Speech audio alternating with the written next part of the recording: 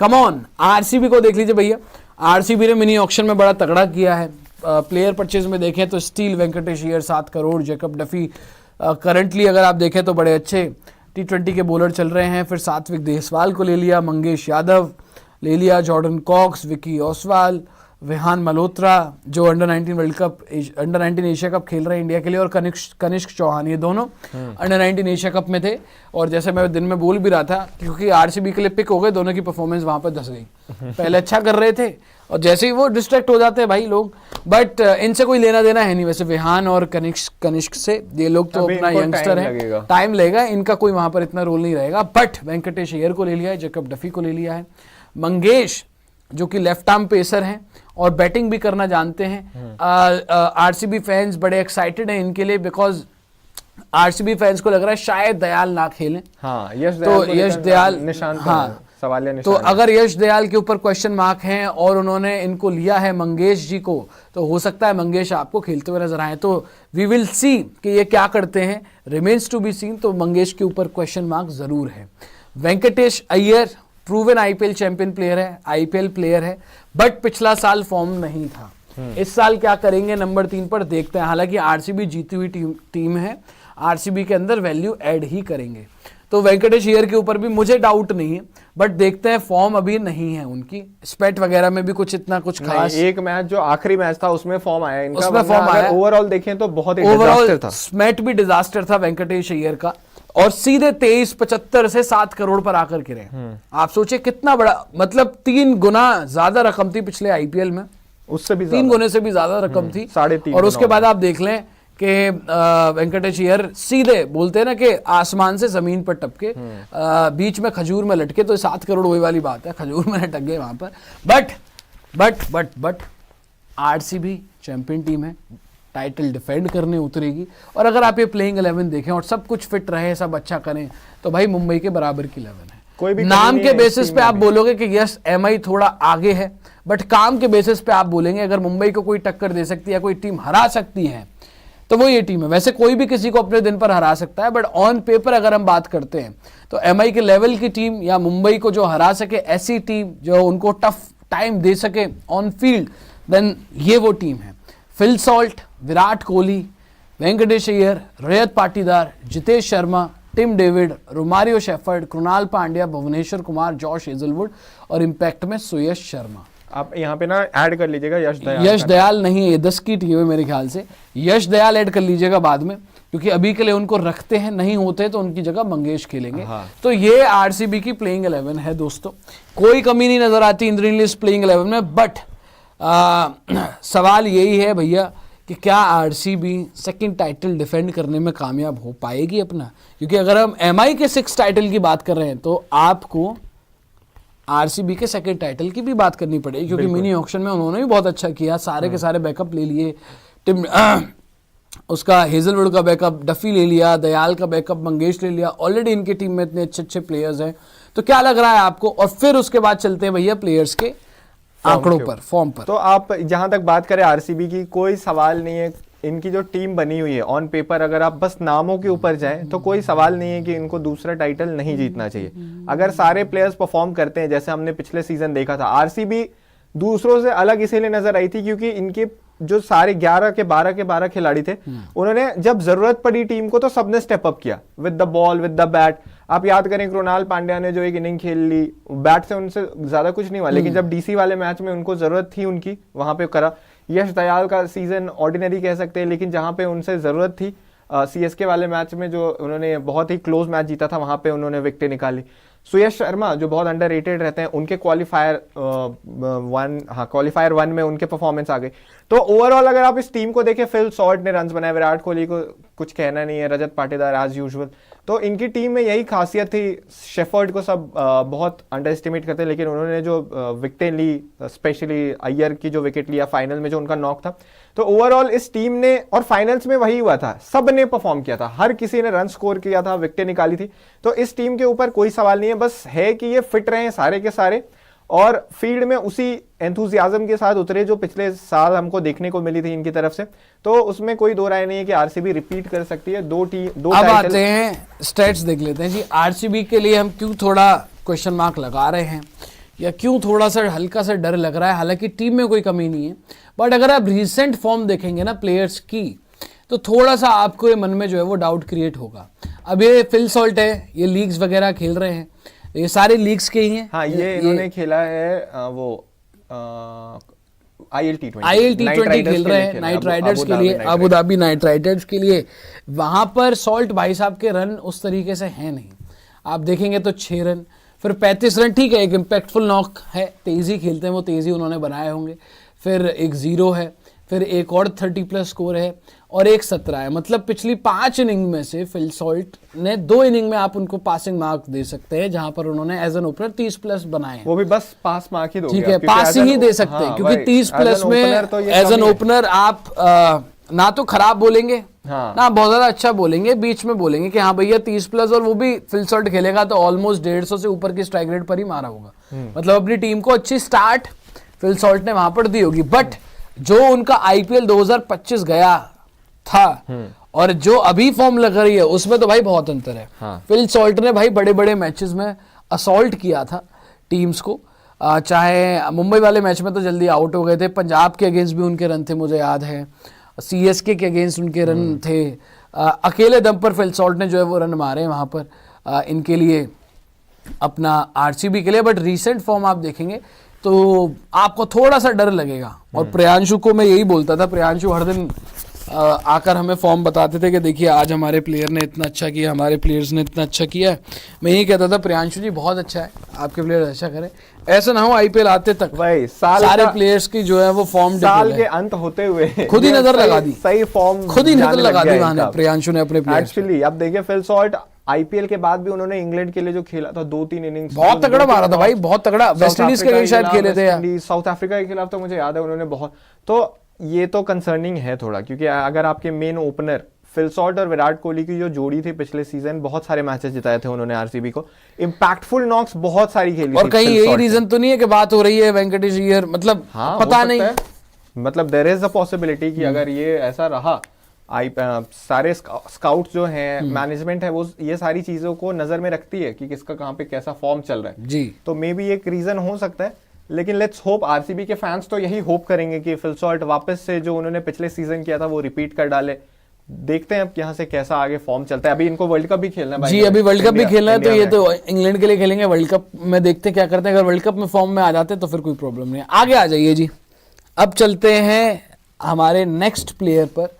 तो next player है कोहली साहब। कोहली साहब के ऊपर कोई सवाल नहीं है, कोहली साहब के पिछले 4 मैच आप देखें, मतलब रोहित से भी बेहतरीन आंकड़े कोहली साहब के हैं। या तो शतक है या तो शतक है या फिर नॉट आउट है। आप देख लें, 0 से शुरू करते हैं। ये second ODI versus Australia in Australia, तीसरे ODI में रोहित के साथ पार्टनरशिप 74 नॉट आउट, वहां पर कोई और कुछ रन एक्स्ट्रा होते तो शायद 100 मार देते।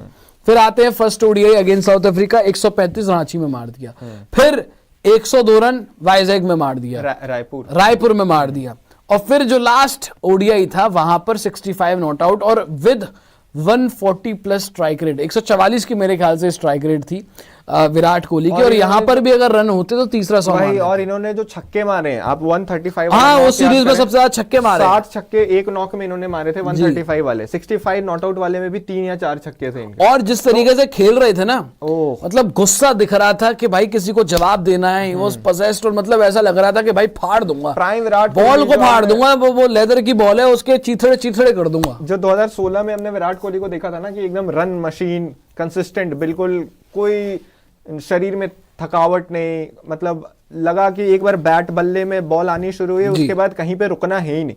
तो विराट कोहली के फॉर्म के ऊपर कभी भी आपको कंसर्न होना भी नहीं चाहिए। IPL में भी वो रन मशीन है, हर बार ये गारंटी करते थे कि 500-600 का सीजन आराम से आ जाएगा भाई। इनकी टीम में विराट के ऊपर आप कोई सवाल उठा ही नहीं सकते। एक ही प्लेयर है, मतलब अगर ठीक है इनकी टीम क्या दुनिया में किसी भी टीम का हो यार, तो विराट कोहली के ऊपर तो कभी you can not question Virat Kohli, है ना, जब तक वो बहुत ही ज्यादा कोई डिजास्टर ना हो जाए ऐसे टेस्ट मैचेस में हो, अदरवाइज आप सवाल ही नहीं खड़े कर सकते भाई। आपने सवाल खड़े किए, उसने ऐसा रख रख के मारा भाई विराट कोहली ने, सबको चीथड़े उड़ा दिए भाई। व्हाइट बॉल में साउथ अफ्रीका ने लिटरली ग्रवल करा दिया वहां पर साउथ अफ्रीका को। और व्हाइट बॉल में तो कभी खराब फॉर्म आया ही नहीं है, कोई खराब फॉर्म नहीं आया था, कोई भी कभी भी। ODIs में तो कभी नहीं खराब आया भाई, वो बस 2 डक आए थे, उसके अलावा आप देख लो ODI में तो हमेशा रन है विराट के। आगे आ जाए, विराट से आगे चलते हैं भैया। बाकी के प्लेयर्स देख लेते हैं। रजत पाटीदार यहाँ पर सवाल है। बहुत सवाल है रजत पाटीदार के अगर आप 5 रिसेंट स्कोर्स देखें और ये डोमेस्टिक के हैं, स्मैट के हैं अपनी एमपी के लिए, और एमपी ने बड़ा खराब खेला। पिछला स्मैट जीती हुई टीम थी एमपी, टाइटल डिफेंड नहीं कर पाई। वहां पर फाइनल में रजत पाटीदार ने जिताया था, मुझे याद है। शायद ये स्मैट जीते थे या नहीं, या मुंबई जीती थी? तो स्मैट इन्होंने जीता था, पिछला सीजन नहीं था वो, पिछले सीजन में मुझे लगता नहीं, है पिछले सीजन मुंबई जीती नहीं थी। जीता था। एमपी वर्सेस मुंबई हुआ था, जहां पर सूर्या वगैरह ने मार के परखच्चे उड़ा दिए थे। लेकिन शेर रणजी अय्यर जीते, कप्तानी कर रहे थे। हाँ रणजी वगैरह जीते थे और बहुत सारी चीजें थी। बट रजत पाटीदार का ये जो स्मैट गया है बड़ा डिजास्टर गया है, और फॉर्म नहीं लगी हुई है, और प्लस इंजरी के बाद वापस आए थे। वो जो एक इंजरी हुई थी बड़े कंसर्न पे कि आईपीएल खेलेंगे नहीं खेलेंगे, 5-6 महीने के लिए बाहर हो जाएंगे। हाँ 3-4 महीने के लिए बाहर हो जाएंगे। बट वापस तो आए, फिट तो हैं, बट रन नहीं है जी। तो मतलब फिल सॉल्ट के रन नहीं है उस तरीके से, ना ही रजत पाटीदार के रन हैं।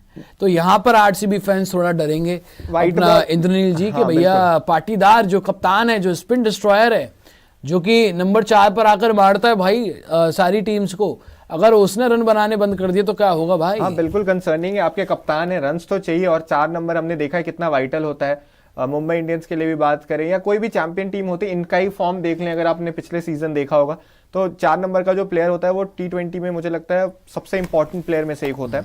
तो यहाँ पे रजत पाटीदार का फॉर्म में आना बहुत जरूरी है। इन्होंने ये जो हम इनका जो भी फॉर्म देख रहे हैं, रेड बॉल क्रिकेट में बहुत अच्छा था, वहां इनके रन्स आ रहे थे, लेकिन जैसे ही व्हाइट बॉल में मुंबई जीती थी, बट रजत ने 17 रन मारे थे। मुझे याद है अकेले इसी ने मारे थे। हमने वो मैच कवर भी किया था। हाँ तो अच्छा, तो वही मैं कह रहा हूँ कि रजत पाटीदार को यहाँ पे सख्त जरूरत है कि यहाँ पे वो रन्स बनाए। रेड बॉल फॉर्म अभी बीच में कहाँ खेलेंगे? विजय हजारे खेलेंगे, इसके बाद विजय हजारे खेलेंगे, उसके बाद रेड बॉल थोड़ा बहुत खेलेंगे क्योंकि रणजी फिर से शुरू हो जाएगा, और उसके बाद मुझे लगता है फिर आईपीएल।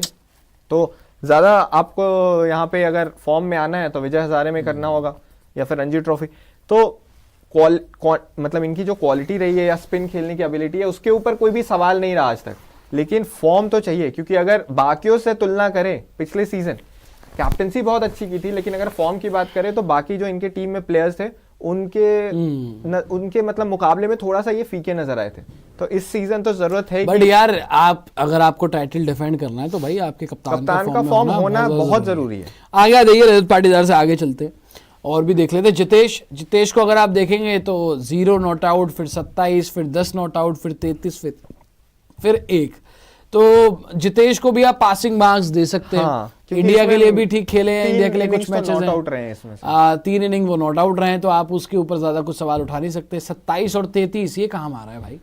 ये इमर्जिंग में मारा होगा शायद। नहीं 27 तो इसी टूर्नामेंट, ये जो अभी साउथ अफ्रीका वाली सीरीज में जहाँ पे हम ऑलरेडी हार चुके थे, आपको याद है? 27 मारे थे। हाँ, जिसमें तिलक ने रन्स बनाए थे, उसमें एक बार बॉल इनके विकेट पे भी लगी थी, लेकिन गिल्लियां नहीं गिरी थी। उसके बाद इन्होंने छक्के मारे थे। फिर 10 नॉट आउट इन्होंने 4 या 5 गेंदों में मारा था, जिसमें हार्दिक पांड्या ने 70 और 59 या कुछ बनाया था, और ये 33 और 1 नॉट आउट इन्होंने स्मैट में बनाया है। तो ये इनका स्कोर। तो मतलब जितेश को एज अ फिनिशर आप बढ़िया ही बोल, मतलब जितेश के ऊपर कोई सवाल नहीं है, इसमें आप कमी नहीं निकाल सकते। आगे आ जाए और देख लेते हैं। अब तक बस थोड़ा दिक्कत रही है वहां पर, अब इनके ऊपर भी दिक्कत है बाय द वे। 8, 31, 17, 19, 13 इनका इम्पैक्ट नहीं आ रहा है।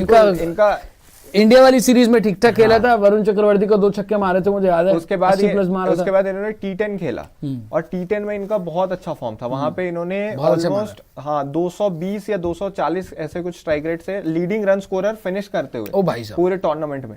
लेकिन जैसे ही ये इन्होंने कुछ मैचेस IL T20 में खेला, और अब ये पिछले 2 मैच शायद इन्होंने खेला अभी बिग बैश में, तो फॉर्म फिर से इनका थोड़ा सा डावाडोल लग रहा है। लेकिन इनको हम पासिंग मार्क इसीलिए दे सकते हैं क्योंकि थ्रू आउट द ईयर अगर हम देखें तो मतलब by a big margin world के बेस्ट फिनिशर हैं। हार्दिक पांड्या ये कह सकते हैं कि उनका वो बहुत इंजरी भी हुई थी उनको, लेकिन अगर किसी एक को सिंगल आउट करने को बोला जाए कि वर्ल्ड क्रिकेट में पिछले साल, इस साल 25 में सबसे बढ़िया फिनिशर कौन रहे, तो Tim David without a doubt.